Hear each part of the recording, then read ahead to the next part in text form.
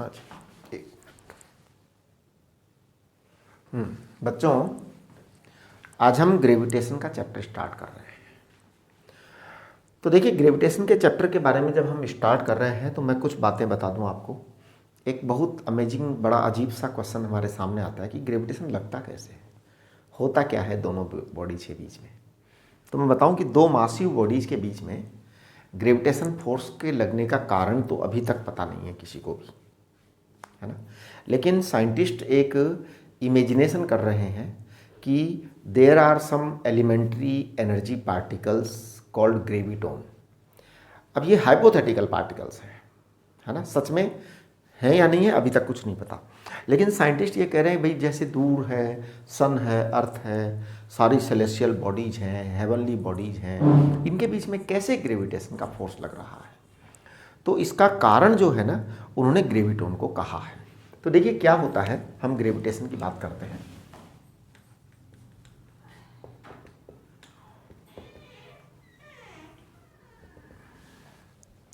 तो देखिए, force of gravity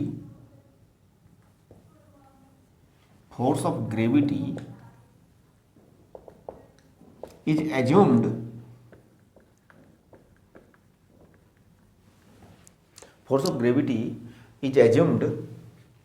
to take place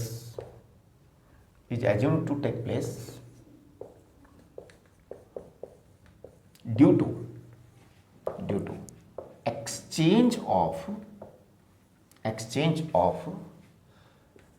देखना मैं क्या लिखूंगा, हाइपोथेटिकल, है ना, exchange of hypothetical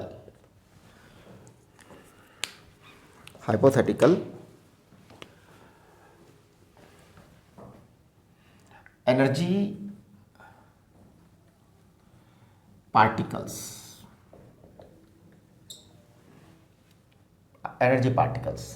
ग्रेविटॉन्स।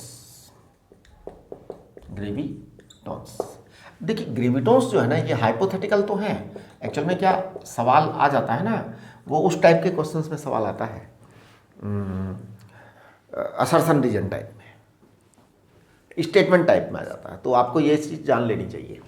Force of gravity is assumed to take place due to exchange of hypothetical energy particles, gravitons, है ना। तो ग्रेविटॉन्स आर theoretically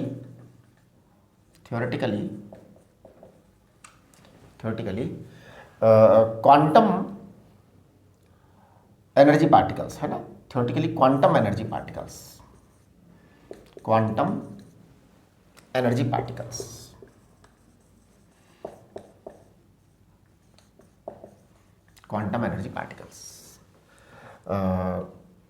ठीक है ना। अब ये देखिए, ये क्या है, ये एक्चुअल में ग्रेविटॉन में आपको जो बात है ना, उसमें दो चार वर्ड्स को आपको पकड़ लेना है।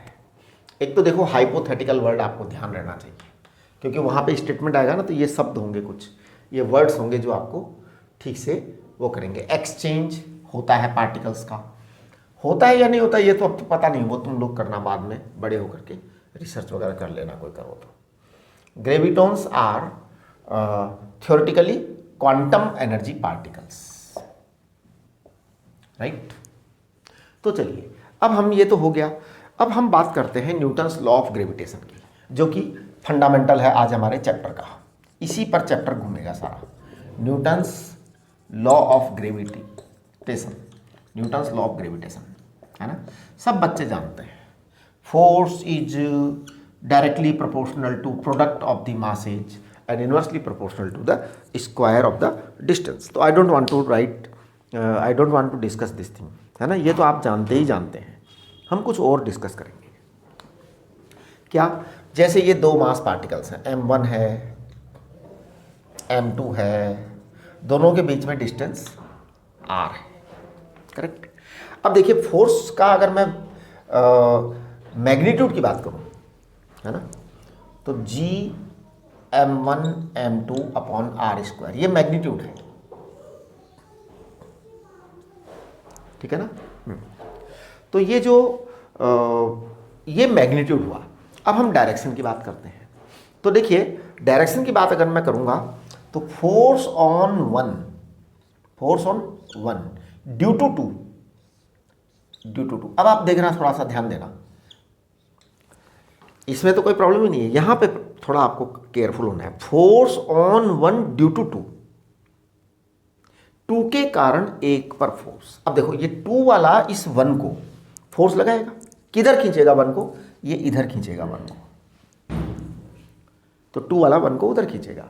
तो मैं पता है इसको क्या लिखूंगा, मैं इसको लिखूंगा G(m1 m2 upon r square), और यहां पर मैं लिखूंगा r12 cap. What is meaning of this r12 cap? Actually r12 cap means direction is from 1 to 2, right. Likewise अगर हमें कोई कहे कि force on 2 due to 1 it is equal to G(m1 m2 upon r square), तो मैं इसको कहूंगा r21 cap. आप बात को पकड़िए कि फोर्स ऑन 2 बिकॉज ऑफ 1, तो 2 पर जो फोर्स लगेगा वो इस डायरेक्शन में लगेगा। ये दोनों फोर्स इक्वल अपोजिट होते हैं, हमेशा इक्वल अपोजिट होते हैं। अच्छा, अगर मान लीजिए हम ग्रेविटेशन को जो है ना एक, because gravitation is force of attraction, है ना, तो gravitation is force of attraction, इसको आप जो है ना माइनस साइन लगा के जनरली लिखने की परंपरा पड़ी हुई है ना। आप ना लिखें तो कोई फर्क नहीं पड़ेगा, लिख दें तो जो है ना हम परंपराओं का पालन करेंगे, है ना।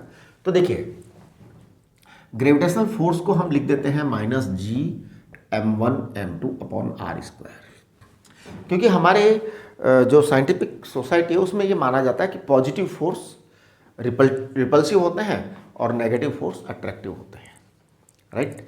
बाकी ये इतनी इंपॉर्टेंट चीज़ नहीं है, this minus sign is not that much important.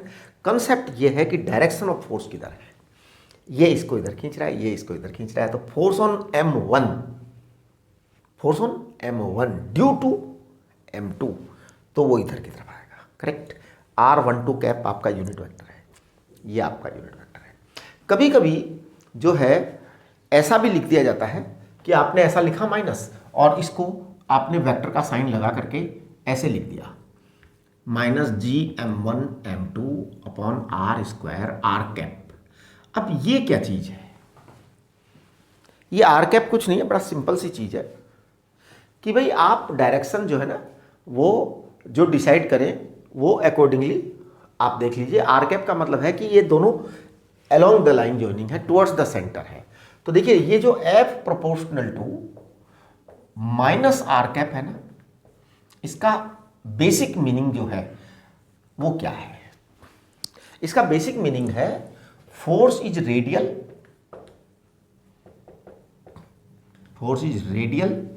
And directed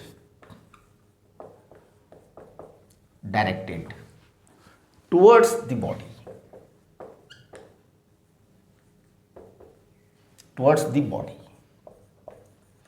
और टुवर्ड्स द सेंटर। अब ये जो है ना, हाँ माइनस साइन का मतलब यही है, टुवर्ड्स द सेंटर। आप पकड़िए बात को, है ना।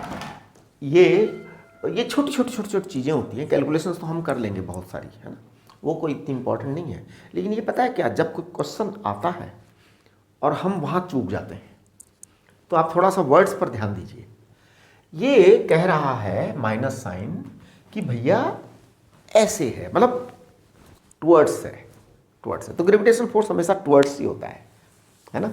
कभी जो है ना अवे फ्रॉम द बॉडी में। रिपल्सिव फोर्स तो जो है ना उल्टा होता है, ऐसे होता है, ग्रेविटेशनल फोर्स ऐसे होता है।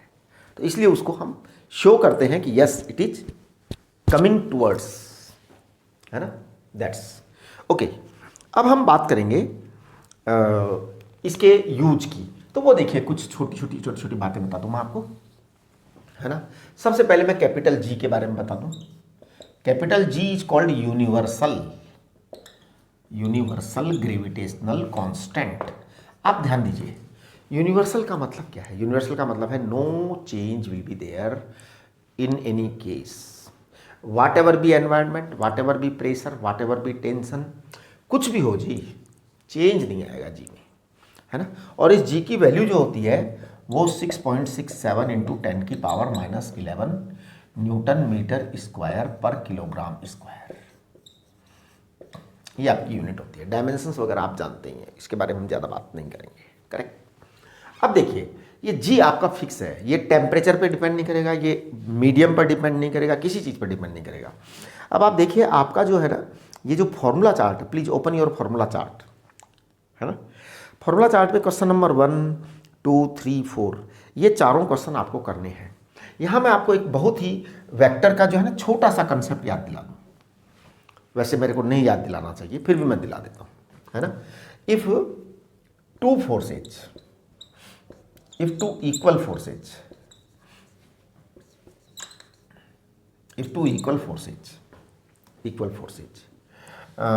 To forces of equal magnitude है, एक्चुअल में इक्वल फोर्स मत बोलो, इक्वल फोर्स थोड़ा सा जो है ना, if two forces of equal magnitude, है ना, if two forces of equal magnitude,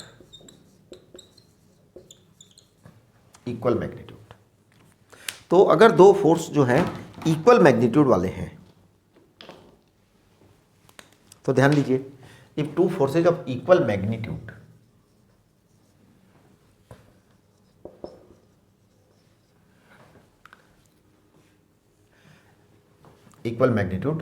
act on a body,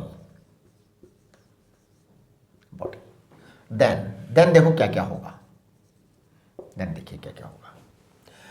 theta equal to, अगर मान लीजिए उनके बीच में जीरो है, थीटा इक्वल टू उनके बीच में जीरो है, तो पता है एफ रिजल्ट क्या आएगा, एफ रिजल्ट, आर माने रिजल्ट, तो ये आएगा F1 प्लस F2 बराबर 2F आ जाएगा, 2F आ जाएगा, क्योंकि हम कह रहे हैं F1 बराबर F2, correct. Theta equal to अगर 60 डिग्री है तो ये आपका F जो रिजल्ट आएगा ये √3F आएगा। थीटा इक्वल टू अगर 90 डिग्री है तो आपका जो रिजल्ट है F रिजल्ट ये आएगा √2F। Theta equal to 120 degree है तो आपका जो F रिजल्ट आएगा ये आएगा केवल F, single F, right. Theta equal to अगर 180 डिग्री है तो आपका जो F रिजल्ट आएगा वो 0 आएगा। ये आपको वेक्टर के अंदर बताया था मैंने, please revise this vector concept again. Vector का चैप्टर खोल के देख लो, नहीं तो आपसे सवाल नहीं बनेंगे, है ना। तो वेक्टर का चैप्टर आप खोल के देख लीजिए, सवाल नहीं बनेंगे अगर नहीं देखेंगे तो। अब आप देखिए क्वेश्चन नंबर 1 जो है ना, इसको आपको कैसे करना है, डू योर सेल्फ का। आप क्या करें, net force towards the centre निकालने में और फिर उसको mv²/r के बराबर कर देना है, सेंट्रीपिटल फोर्स के। हाँ जी, net force towards the centre calculate करें, है ना। ये आपने इलेक्ट्रोस्टिक्स में भी किया था, है ना, इलेक्ट्रोस्टिक्स में भी ऐसा कर चुके हो आप, तो वही कार्य आपको फिर करना है। यहाँ पे जो है ना m 4 मास रखे हुए हैं, आपको किसी भी एक मास पर बात करनी है, तो ये आपका कोई भी एक मास है ना। इसका सेंटर ये है तो this distance is a/√2, correct. आपको इस मास पर इस मास के कारण फोर्स निकालना है, इस मास के कारण फोर्स निकालना है, तो this force and this force, two forces are 90 degree but one force is there also in this direction because of this, है ना। तो इन दोनों का रिजल्ट तो 90 डिग्री पर आ जाएगा। आप दोनों को ऐड कर दीजिए, ऐड करके फिर इसको ये कह रहे हैं चक्कर लगाओ, तो भैया बात ये है, रेडियस आपका ये आएगा r इक्वल टू a/√2। अब आप चक्कर लगाइए, राइट। तो आपको क्या करना है, नेट फोर्स को आपको इक्वेट करना है F net equal to mv²/r, r is this, आपका आंसर आ जाएगा, v आ जाएगा, राइट। क्वेश्चन नंबर 2 जो है ना, ये मैं बता देता हूँ अभी। क्वेश्चन नंबर 3 देखिए, इनकी पोजीशन दे रखी है, locate a point in the space around them where a third massive body does not experience any net force. तो देखो ये तो इक्विलिब्रियम का केस आ गया, ये तो क्या आ गया, इक्विलिब्रियम का केस आ गया, है ना, कि दो मास पार्टिकल्स हैं और वो 3a डिस्टेंस पर रखे हैं, राइट। तो दो मास पार्टिकल्स हैं और वो 3a डिस्टेंस पर रखे हैं और आपको जो है ना उसका वो कैलकुलेट करना है कि इक्विलिब्रियम कहाँ से आएगा। तो एक मास पार्टिकल m है, एक 3m है, और इन दो 4m है ना। 3a डिस्टेंस पर रखें, यानी दोनों के बीच की डिस्टेंस 3a है, 3a है ना। हाँ, दोनों के बीच की डिस्टेंस 3a है। अब आप मान लीजिए कि यहाँ पर एक कोई पॉइंट होगा जहाँ पर हम किसी को भी रख दें तो उस पर कोई फोर्स नहीं लगेगा। तो आप इधर से r ले लीजिए डिस्टेंस, या x ले लीजिए। जब आप इधर से x डिस्टेंस लेंगे तो इधर से आएगा 3a माइनस x, करेक्ट। अब आप इस पॉइंट पर 1 किलोग्राम मास पार्टिकल रख दो। हाँ, हम इसके लिए इक्विलिब्रियम सेट करने के लिए हम 1 किलोग्राम काम में लेते हैं। तो ग्रेविटेशन में इक्विलिब्रियम सेट करना है तो 1 किलोग्राम काम में लो। देखो मैं आपको इलेक्ट्रोस्टिक्स भी हाथों हाथ निपटाता जा रहा हूँ, है ना। हाँ, इलेक्ट्रोस्टिक्स ग्रेविटेशन दोनों सेम चैप्टर हैं, अलग अलग है ही नहीं। ग्रेविटेशन और इलेक्ट्रोस्टिक्स दोनों एक ही चैप्टर हैं, अलग अलग है ही नहीं। बुद्धिमान लोग एक साथ पढ़ लेते हैं, है ना, बाकी अलग अलग पढ़ते रहते हैं। तो देखिए पूरा का पूरा ग्रेविटेशन इलेक्ट्रोस्टिक्स में आप Q को M कर दो, G को K कर दो, बस खत्म बात। यहाँ पर आपको क्या करना है, वहाँ हम जब ग्रेविटेशन में करते, उसमें इलेक्ट्रोस्टिक्स में करते थे तो हम 1 कूलम चार्ज रखते थे सेंटर पर और इक्विलिब्रियम सेट करते थे। यहाँ हम 1 किलोग्राम रखेंगे, इक्विलिब्रियम सेट करेंगे। इधर का फोर्स बराबर उधर का फोर्स, कैलकुलेट आप अपने आप करिए, I will not do that, है ना। क्वेश्चन नंबर 3 जो है ऐसे ही होगा। क्वेश्चन नंबर 4 भी जो है ना, क्वेश्चन नंबर 4 तो वही कंसेप्ट है वो वाला, लेकिन इसमें केवल फोर्स कैलकुलेट करने के लिए कहा है तो आसान है क्वेश्चन नंबर 4, है ना, क्योंकि इसमें केवल फोर्स कैलकुलेट करने के लिए कहा है आपको, है ना। तो ये क्या था, 3 थे, तीनों को आपने ट्रायंगल बना दिया, इक्विलैटरल ट्रायंगल है ना, इक्विलैटरल ट्रायंगल। इसकी साइड 2r है, इक्विलैटरल ट्रायंगल की साइड 2r है। आपका देखिए फोर्थ वाले में मैंने ये जो है ना गोले गोले नहीं बनाए, मेरे को मतलब नहीं है, मैं बहुत टू दी पॉइंट चलने वाला आदमी हूँ। 2r है तो 2r ले लिया। अब आप किसी भी एक पर फोर्स लगा दीजिए, इधर और इधर का फोर्स कैलकुलेट करो, इधर का फोर्स कैलकुलेट करो, एंगल इज देयर 60 डिग्री। तो आपका जो नेट फोर्स आएगा F रिजल्ट वो आएगा √3f, है ना। और ये लो, ये तो सॉल्व ही हो गया, कुछ बचा ही नहीं इसके अंदर, तो √3f। F को मैं बताता हूँ क्या आएगा। F आएगा आपका Gm/4r², 2r डिस्टेंस है तो ये 4r² आ गया, तो आपका आंसर भी आ गया। तो ये वाला सवाल तो मैंने चाहते हुए भी सॉल्व कर दिया, फोर्थ वाला, करेक्ट। ये आपकी बात है। अब हम उसकी बात करेंगे जो हमारी ज़िंदगी में सबसे ज़्यादा ग्रेविटेशन हमें फील कराता है। आपकी ज़िंदगी में जो ग्रेविटेशन फील कराता है वो धरती माता है। सबसे तगड़ा ग्रेविटेशन धरती माता ही आपको फील कराती है। फील करना है तो भैया ऊपर जाओ 10वीं मंजिल पर, ठीक है, फील हो जाएगा, है किसी चीज़ को फेंक दो ऊपर से नीचे, है ऊपर जाके किसी चीज़ को फेंक दो, ग्रेविटेशन का पता लग जाएगा, राइट। चलिए अब हम बात करेंगे, आज बहुत सारी बातें करेंगे, धरती माता के बारे में बातें करेंगे, अर्थ के बारे में बातें करेंगे। देखिए अर्थ के बारे में जब मैं बात करूंगा तो सबसे पहले मैं ग्रेविटेशनल फोर्स की बात करूंगा, फिर मैं ग्रेविटेशनल फोर्स इंटेंसिटी की बात करूंगा, उसके बाद एक्सीलरेशन ड्यू टू ग्रेविटी की बात करूंगा, राइट। तो चलिए, हाँ जी। तो बच्चों देखो, ग्रेविटेशन में सारे वो फॉर्मूले अप्लाई होंगे जो इलेक्ट्रोस्टिक्स में अप्लाई हुए थे। जैसे इलेक्ट्रोस्टिक्स में completely filled charged solid sphere आपने किया था, हॉलो स्फीयर आपने किया था, है ना, कि hollow spherical shell, charge shell. आपने डिस्क का किया था, डिस्क किया था ना आपने, रिंग किया था, डिस्क किया था, रिंग किया था, सब कुछ अप्लाई होगा यहाँ पे। हाँ जी, इवन इन्फिनिट सीट वाला भी फॉर्मूला यहाँ अप्लाई होगा। मतलब ये समझ लो कि ये चैप्टर पूरा का पूरा वही है, राइट। तो देखिए हम यहाँ पर कुछ बातें नहीं करेंगे, ग्रेविटेशन के अंदर कुछ बातें करेंगे, है ना। तो सबसे पहले मैं अर्थ की बात कर लेता हूँ, बीच बीच में मैं वो सब बातें बताता चलूँगा। हमारी जो अर्थ है, जो हमारी धरती माता है, इसकी रेडियस आप सबको पता है, रेडियस आप सबको पता है ना।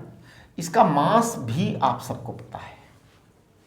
मैं बता देता हूं, रेडियस होता है 6.4 × 10⁻6 मीटर, 6.4 × 10⁻6 मीटर। मास होता है धरती माता का 5.98 × 10⁻24 किलोग्राम, ये मास होता है, राइट। अब देखिए मैं धरती माता की जो बात कर रहा हूं इसमें मैं 2-3 पॉइंट्स लूंगा। एक पॉइंट यहां है जो धरती माता से बाहर है, this point outside, this small are is greater than capital R, it is on the surface, this point small are is equal to capital R, this is inside, small R less than capital R. What is small R? Small are is distance from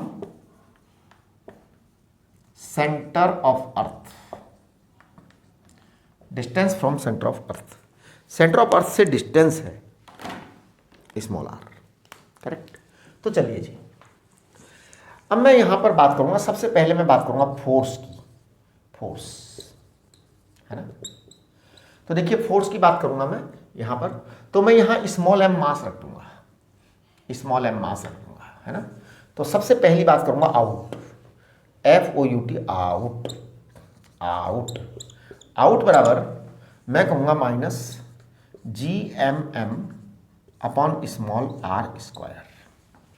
अब सवाल ये उठता है what this minus indicates. Minus ये indicate करता है कि इस बेचारे छोटे से स्मॉल एम मास को धरती माता अपने सेंटर की तरफ खींच रही है। This direction is called as negative, है ना। वो डायरेक्शन पॉजिटिव कहलाती है। Away from the centre is called positive and towards the centre is called negative. तो ये आपका minus GMM upon r square है 2।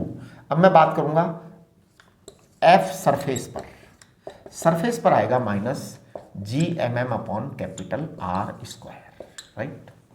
फिर हम बात करेंगे इन, F इन, है ना, minus GMM upon what, capital R cube into small r, ये आएगा, राइट। ओके, हमने इलेक्ट्रोस्टैटिक्स में क्या पढ़ा था कि अगर होलो स्फीयर होता, कोई होलो स्फीयर होता तो अंदर वाला 0 होता, यहां भी वही है। अब देखो ये तो आपका फोर्स आ गया। अब हम बात करेंगे ग्रेविटेशनल फील्ड इंटेंसिटी।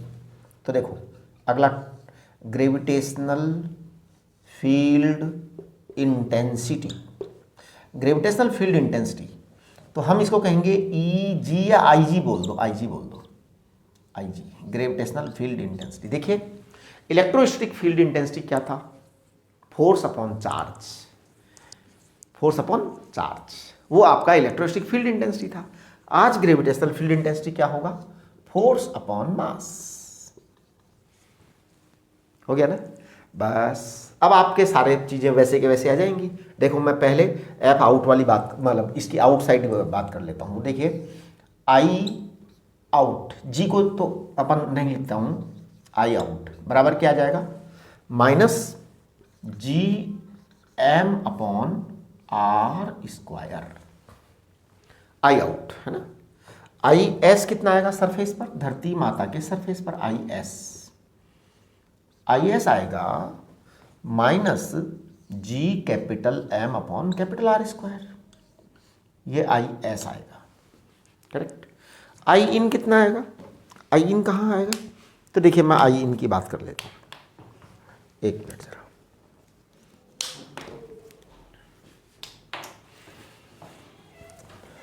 I इन आएगा minus GM small r upon capital R cube, ये आपका I इन आएगा। अब देखिए मैं ग्राफ ड्रॉ करूंगा, है ना। हाँ, ग्राफ बहुत इंपॉर्टेंट होता है ना, ग्राफ से सारी चीज़ें समझ में आ जाती हैं। तो देखो मैं ग्राफ ड्रॉ कर रहा हूं, आप जरा ध्यान देना। लुक एट द ग्राफ, ये आपकी R एक्सिस है, ये आपकी F और I, कुछ भी ले लो आप इसमें, है ना, दोनों का सेम ग्राफ आएगा F और I।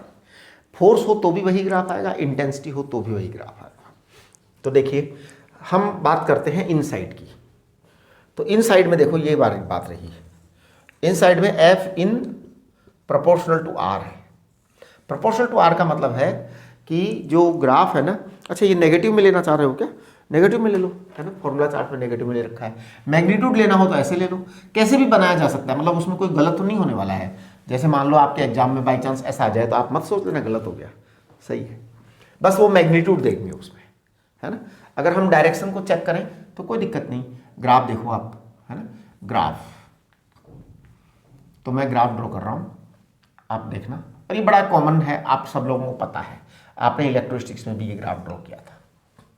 यहां मैं बात करूंगा एफ और आई की, यहां मैं बात करूंगा स्मॉल आर की, यहां पे मैं पॉइंट लिखूंगा कैपिटल आर, यहां पे मैं लिखूंगा इन, यहां पे मैं लिखूंगा आउट। आप समझने की कोशिश करो, इन आउट आर, करेक्ट। इनके अंदर स्मॉल आर आपका यहां पर जो है ना कांस्टेंट है, वो प्रोपोर्शन है, तो ये ऐसा आएगा। उसके बाद में क्या है, एफ आउट, एफ आउट आपका प्रोपोर्शनल टू 1/r², है ना, तो आप कह सकते हो यहां पे F out proportional to 1/r²। Out के अंदर तो बड़ा क्लियर है मामला, ऐसे होगा, करेक्ट। आप अगर होलो स्फीयर ले लेते हैं तो फिर आपको ये वाली चीज़ हटा देनी पड़ेगी, क्योंकि वो फिर जीरो आएगा अंदर से। आपका जो हमने इलेक्ट्रोस्टिक्स में डिस्क का किया था कि डिस्क के लिए इलेक्ट्रिक फील्ड इंटेंसिटी निकाली थी हमने, इसी तरीके से हमने रिंग के लिए इलेक्ट्रिक फील्ड इंटेंसिटी निकाली थी, इसी तरह से हमने एक वायर के लिए, इन्फाइनाइट लाइन चार्ज के लिए इलेक्ट्रिक फील्ड इंटेंसिटी निकाली थी। बिल्कुल बिल्कुल वो के वो फॉर्मूले काम आएंगे अगर यहाँ पर आपको एक मासिव डिस्क दे दें और डिस्क के कारण हम ग्रेविटेशनल फील्ड इंटेंसिटी निकालें, कि मास दे दिया साहब, कुछ नहीं, आप वही फॉर्मूला लगाओ, के की जगह जी लिखो, क्यू की जगह एम लिखो, काम खत्म, राइट। रिंग आ जाए तो भी वही, लाइन मास आ जाए तो भी वही। इमेजिनरी बातें हैं जी, ये कोई मतलब है थोड़ी, मतलब कोई जोरदार बातें नहीं है, बस ऐसे ही है, इमेजिनरी बातें हैं, राइट। असली चीज़ जो है हमारे, जो बात करनी चाहिए हमको, उस पर हम अब बात करेंगे, that is called acceleration due to gravity. हाँ, ये हमारे लिए रियल चीज है। तो देखिए, acceleration due to gravity,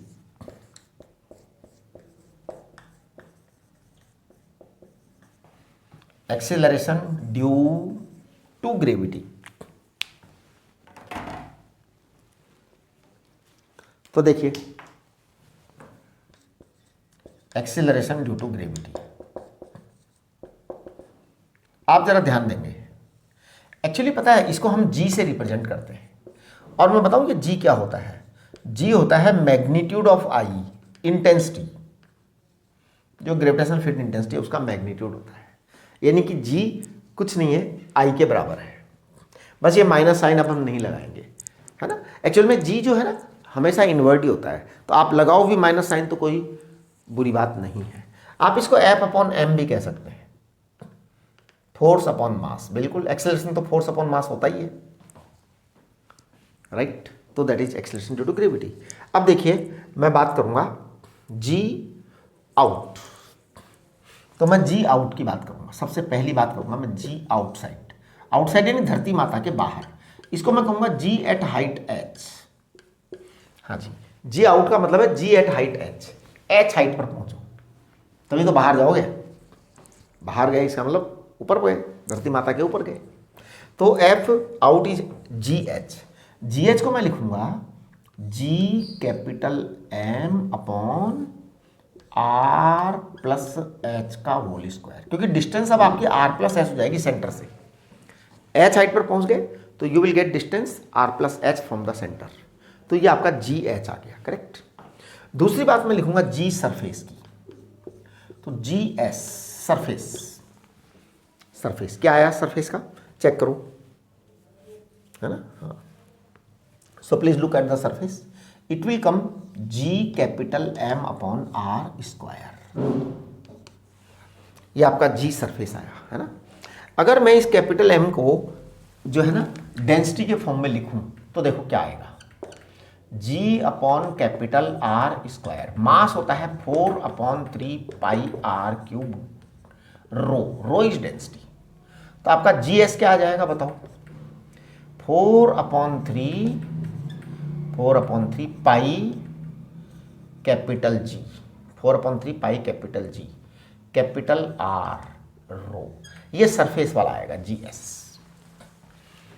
GS surface वाला आएगा। आपको मैं बता दूं यहाँ पे कि जो आपका वो था ना सॉलिड स्फीयर इलेक्ट्रोस्टिक्स में, हाँ, चार्ज फुल्ली फील्ड, उसके अंदर आपका जो वहाँ पर जो आई एस आएगा सरफेस के ऊपर इंटेंसिटी, सरफेस पर इंटेंसिटी है ना, वो आएगा 4/3 पाई के, 4/3 pi K is what 1/4 pi epsilon naught, R is radius, rho is the charge density, charge upon volume, वो आएगा।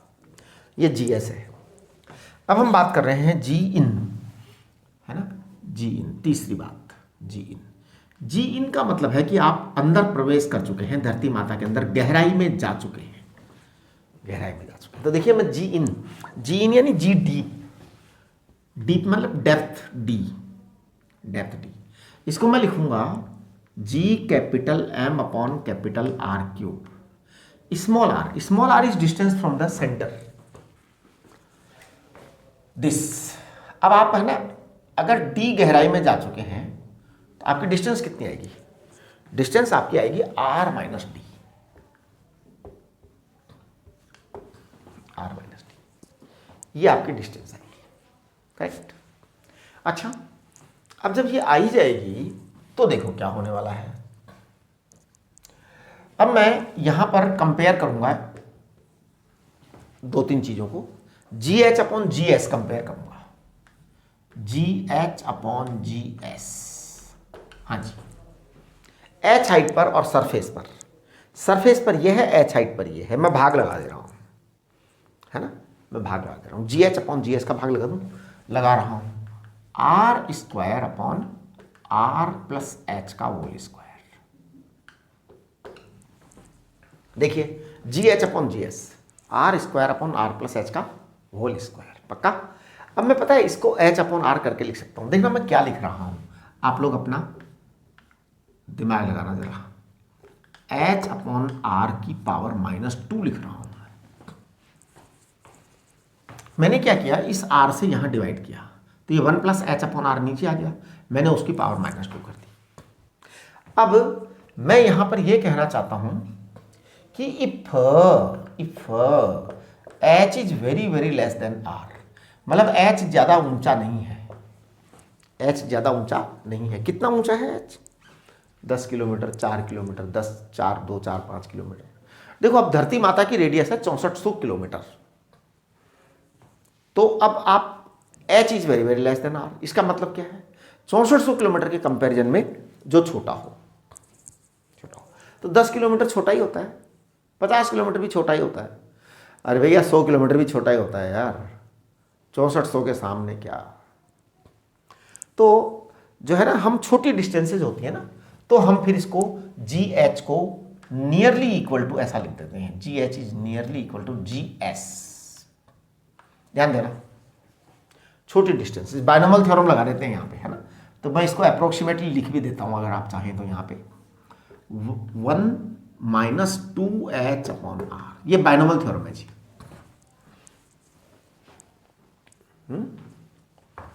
तो it is G S 1 - 2h upon R, ये बायनोमियल थ्योरम है, करेक्ट।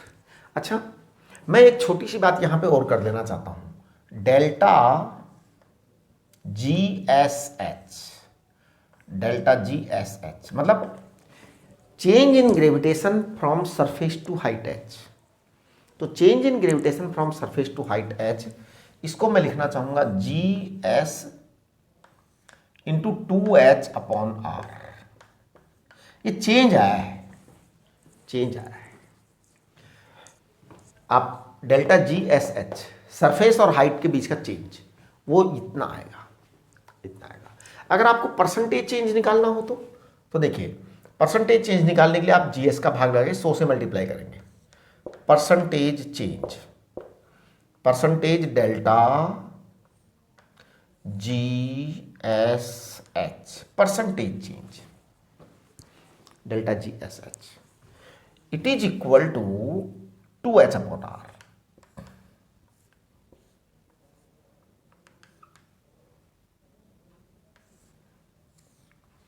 अब इसमें है ना परसेंटेज चेंज में आपको क्या करना पड़ेगा, जीएस के भाग लगाना पड़ेगा, है ना। हाँ, जीएस का भाग लगाना पड़ेगा, ये ध्यान रखना, क्योंकि परसेंटेज जब निकालेंगे तो ये भाग लग करके इधर आएगा और यहाँ पर 100 से मल्टीप्लाई होगा, ये परसेंट आएगा, ये परसेंट आएगा, राइट। तो ये delta G S H percent आया। अच्छा, अब जरा जी इन की बात कर ले, तो जी इन की बात कर लेते हैं। देखो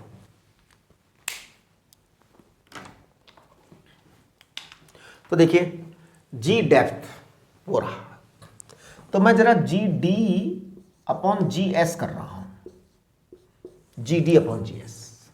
तो जी डी अपॉन जी एस जब आप करेंगे ना, तो देखिए आपको R minus D upon R आएगा, है ना, R minus D upon R आएगा। इसको मैं कहूंगा 1 माइनस डी अपॉन आर,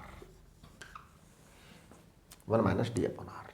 और जब ये ऐसा हो गया तो मैं ये कह सकता हूं कि G D is what, therefore देखिए मैं यहाँ पे लिख रहा हूँ इसी चीज़ को दोबारा, है ना, सेम चीज़ को मैं दोबारा लिख रहा हूँ। तो यहाँ पे मैं लिख रहा हूँ जी डी डेप्थ पर it is equal to G S 1 minus D upon R, ये आपका आएगा। आप चेक करिए, है ना, ये चीज़ आ गई। अब हम थोड़ा सा इसको जो है उसी फॉर्म में लिखें, परसेंटेज वाले फॉर्म में। तो देखेंगे आप कि परसेंटेज डेल्टा जी, या चलो एक काम करो पहले डेल्टा जी एस डी लिख दो, डेल्टा जी एस डी, तो डेल्टा जी एस डी आएगा G S into D upon R, ये डेल्टा जी एस डी आएगा। मतलब सरफेस से लेके डी डेप्थ तक जाने की जो चेंज है that is delta G S D. तो g S d upon R. आप यहाँ पे परसेंटेज निकाल सकते हैं। परसेंटेज में क्या आएगा, परसेंटेज में देखिए क्या आएगा, delta G S D. Percentage निकालने में हम बेसिक वाले का भाग लगाते हैं और जो रिजल्ट होता है उसको हम 100 से मल्टीप्लाई करते हैं। तो ये मल्टीप्लाई इंटू 100, ये आपका परसेंटेज में रिजल्ट आएगा। एक बहुत ऑब्वियस सी बात है, ऊपर जब जाते हैं तो एच हाइट के साथ डबल चेंज आता है, नीचे जब जाते हैं तो डी डेप्थ के साथ सिंगल चेंज आता है। इसका मतलब अगर आप 1 किलोमीटर नीचे जाएं और 1 किलोमीटर ऊपर जाएं, कि साहब 1 किलोमीटर नीचे गए एक बार तो डेप्थ में और 1 किलोमीटर ऊपर गए, तो ऊपर जाने में डबल चेंज आएगा। अगर आप 5 किलोमीटर डेप्थ में गए और 5 किलोमीटर ऊपर गए तो ऊपर जाने पर चेंज डबल आएगा।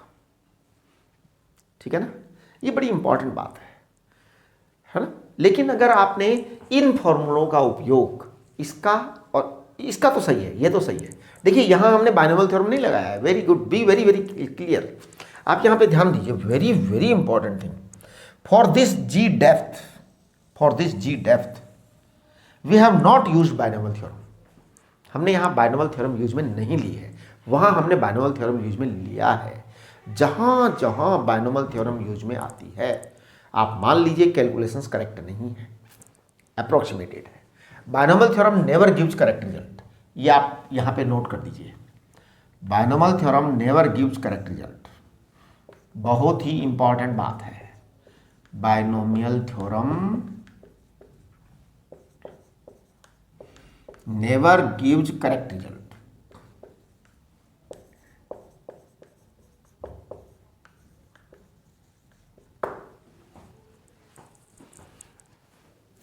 Binomial theorem never gives correct result. ठीक है ना, तो ये बड़ी ही इंपॉर्टेंट सी बात है ये। और इंपॉर्टेंट क्या मतलब बहुत खतरनाक बात है साहब। देखिए यहाँ डबल चेंज आ रहा है, वहाँ पे सिंगल चेंज आ रहा है, लेकिन ये कब तक, थोड़ी सी डिस्टेंसेस तक, है ना। बाद में तो फिर अलग ही चेंज होगा। और वो सबसे इंपॉर्टेंट फॉर्मूला ये वाला है। Which formula is very important है, ये G M upon R square ज़्यादा अच्छा है फॉर्मूला, है ना। ये लो मैं यहाँ लिख देता हूँ, G M upon R square outside distances के लिए, when small are is big enough. ये फॉर्मूला तो एकदम करेक्ट है ही। जब तक बाइनोमियल थ्योरम नहीं लगी है ना, तब तक तो चीज़ें करेक्ट ही हैं। गड़बड़ियाँ कहाँ पैदा होती हैं, जब बाइनोमियल थ्योरम अप्लाई हो जाती है तब, राइट। इसके बाद में मैं बात करूँगा variation of acceleration due to gravity, due to shape of earth, due to rotation of earth, right. तो मैं उसकी बात करूँगा। Okay, bye. तो देखिए अब हम बात करेंगे variation in g due to shape of earth. तो देखिए अपना अगला टॉपिक है variation of g due to shape of earth. Earth की जो शेप है उसके कारण वेरिएशन होता है ना। तो variation of g due to shape of earth, earth की जो शेप है वो अलग है। एक्चुअल में इतना तो नहीं है जितना मैंने बना दिया। बड़ी बाबा रे, ध्यान दो।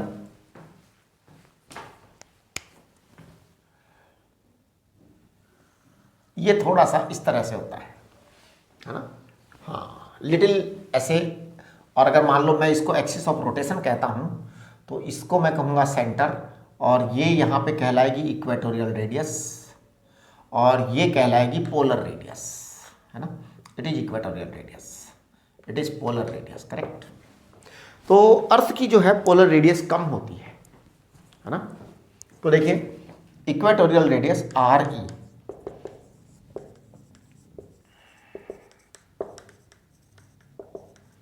R P is polar radius.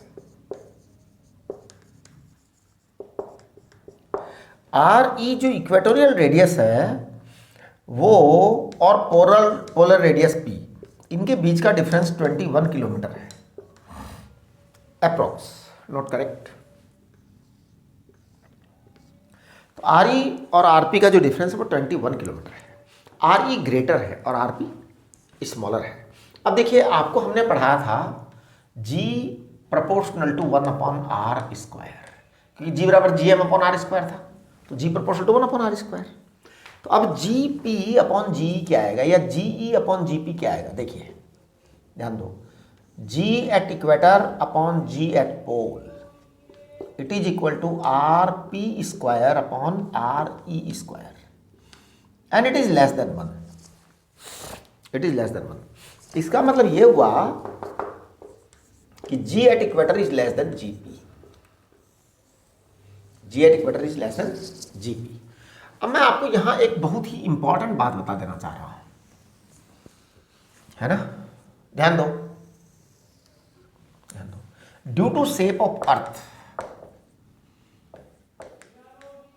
Due to shape of earth,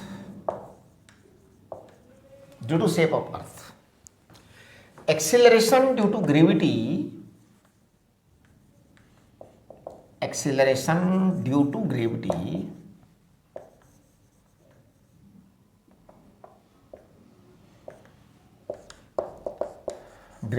small g is. तो ध्यान दीजिए इसमें क्या है कि due to shape of earth जो है ना, acceleration due to gravity is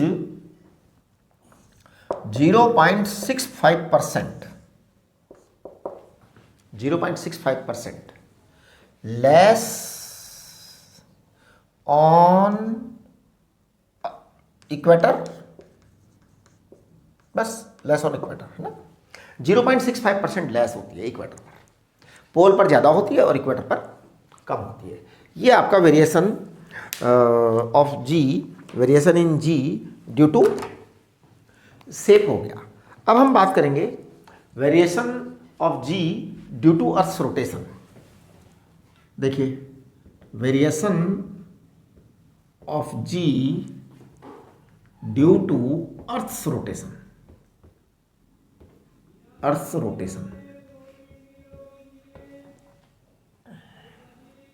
right. तो आप थोड़ा सा इस बात को पकड़िए कि variation of g due to earth rotation, actual में अर्थ रोटेट करती है ना, तो उसके कारण भी कुछ डिफरेंस आता है। हम इस पर ज़्यादा बात नहीं करना चाहेंगे, मैं आपको बहुत ही सिंपल सी बातें बता दूँ कि जैसे ये मान लो इक्वेटोरियल रेडियस है, तो इसको हम कहते हैं इक्वेटर, और ये इक्वेटोरियल रेडियस है ना। अगर कोई बॉडी यहाँ रखी है तो बॉडी को जब हम सेंटर ऑफ अर्थ से कनेक्ट करते हैं तो इक्वेटोरियल रेडियस के साथ में जो एंगल बनता है लैम्डा। ध्यान दीजिए इक्वेटोरियल रेडियस आपको समझ में आ गई, इक्वेटर की रेडियस, करेक्ट, ओके। हमने किसी बॉडी को यहां रखा तो ये लैम्डा बना, तो what is lambda? Lambda is called as angle of latitude, है ना, एंगल ऑफ लैटिट्यूड, ये लैम्डा होता है। अब देखो ये लैम्डा जो एंगल ऑफ लैटिट्यूड होता है ना, तो मैं कहूंगा अगर इक्वेटर पर बात करेंगे तो लैम्डा बराबर 0, लैम्डा बराबर 0 एट इक्वेटर, है ना, लैम्डा बराबर 0 एट इक्वेटर।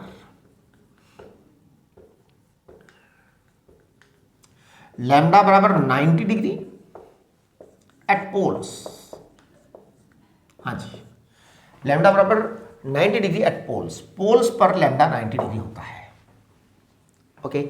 अब देखिए आपका जो फॉर्मूला है ना वो ये है g dash, g dash is g p minus omega square R cos square lambda. 11th class में हमने इसको डेराइव किया था, g dash equal to g p minus omega square R cos square lambda. 11th में हमने derive किया था, आज हम इसको डेराइव नहीं करेंगे, अगर आप जूम सेशन में पूछेंगे तो हम डेराइव कर देंगे, राइट। तो देखिए सबसे पहली बात करता हूं, at equator, at equator, g at equator, ये आएगा g p minus omega square r, क्योंकि कॉस लैम्डा जो है वहां पे 1 होगा, 0 डिग्री होगा ना तो 1 होगा, राइट। जीपी तो जीपी है ही। अब देखिए ये g p minus omega square r है। अब यहां एक चीज बड़ी क्लियर है, इफ ओमेगा बढ़ जाए, अगर बढ़ जाए, वैसे तो धरती माता का ओमेगा बढ़ाने की दम किसमें भैया,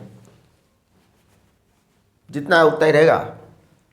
तो ओमेगा अगर बढ़ जाए तो जीपी क्या हो, जी क्या होगा, जी घटेगा, जी घटेगा, जैसे जैसे ओमेगा बढ़ेगा वैसे वैसे जी घटेगा।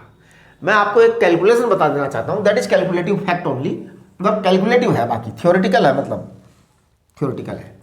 तो थ्योरेटिकल कैलकुलेशन क्या कहती है? Calculations reveal, calculations say that if rotational speed of earth, if rotational speed of earth, if rotational speed of earth, है ना, अगर अर्थ की rotational speed, if rotational speed of earth becomes 17 times of present, 17 times of present value, 17 times of present value, then G at equator will become 0. इसका मतलब ये होगा weightlessness create हो जाएगा, है ना, weightlessness can will be created, weightlessness will be on the equator, on the equator. अभी केवल कैलकुलेशन की बात है, केवल कैलकुलेशन की बात है। देखिए कैसे, आज का हमारा ओमेगा कितना है, आज का हमारा ओमेगा है 2 पाई अपॉन टी, तो 2 पाई अपॉन टी माने time of day, time of day, आज का omega time of day, time of day है 86400 सेकंड, ये टाइम ऑफ डे है। तो ओमेगा इज दिस रेडियन पर सेकेंड, ये आज का रोटेशनल स्पीड है। आप यहां जीपी को 9.81 लिखिए, ओमेगा को 17 टाइम्स कर दीजिए, इसको 17 से मल्टीप्लाई कर दो 17 से, और आर की वैल्यू लिख दीजिए, यू विल गेट 0, तो आपका 0 आ जाएगा, है ना। हाँ, तो ये जो है ना इस तरह से ऐसा हो जाएगा। अच्छा अब एक बात बताइए कि to make g e 0, g e, to make g e 0, अगर आप जीई को 0 बनाना चाहते हैं तो आपको मैं बता दूं omega 2 should be 17 times of omega 1, अभी जो है उसका 17 टाइम्स होगा, कैलकुलेशन से करके देख लीजिएगा आप, है ना। नहीं तो मेरे से जूम सेशन में पूछ लेना, मैं करा दूंगा। ओमेगा 2 बराबर 2 pi upon T2,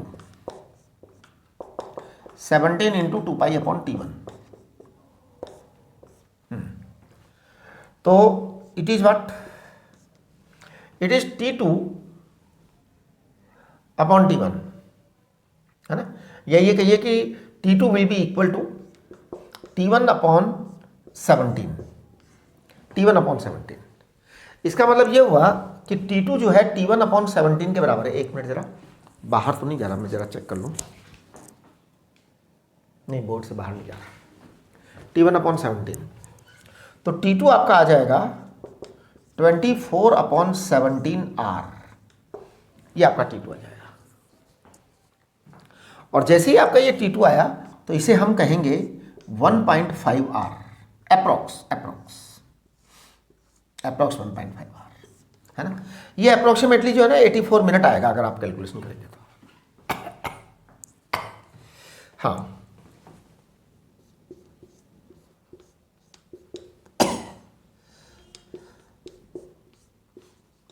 it comes 84 minute approximate, 84.6 minute ऐसा आता है, आप देख लीजिएगा, राइट। ये आपका टाइम पीरियड आ गया।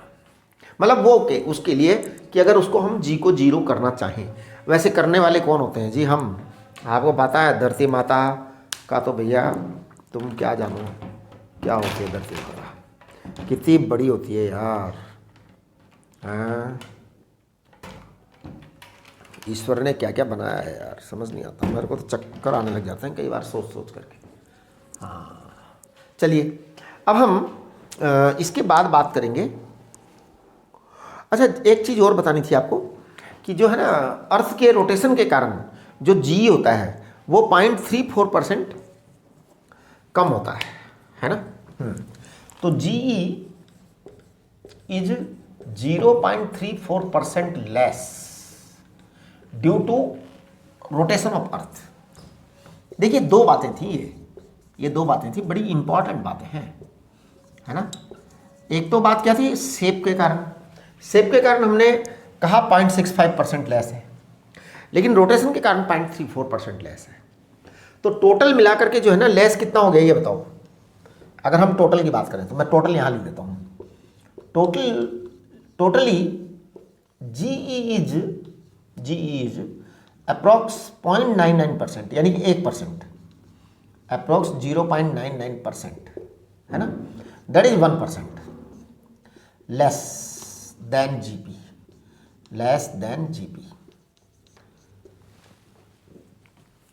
जीपी से कम है, ठीक है। ये आपका वेरिएशन ऑफ जी आ गया। अब हम अगले लेक्चर में बात करेंगे ग्रेविटेशनल पोटेंशियल एनर्जी की। ग्रेविटेशनल पोटेंशियल एनर्जी की सारी बातें करेंगे हम अगले लेक्चर में। और इसके बाद में एस्केप वेलोसिटी की बात करेंगे। एस्केप वेलोसिटी के बाद में हम सैटेलाइट की बात करेंगे। सैटेलाइट के बाद में केप्लर्स लॉज की बात करेंगे, right. That we will discuss in next lecture. अच्छा, एक चीज़ मैं आपसे कहना चाह रहा था, ध्यान दीजिए। ये आप जो डू योर सेल्फ वाले क्वेश्चन है ना, डू योर सेल्फ वाले क्वेश्चन, ये आप 6 तक कंप्लीट कर लीजिए। हाँ जी, तो please finish do your self up to 6।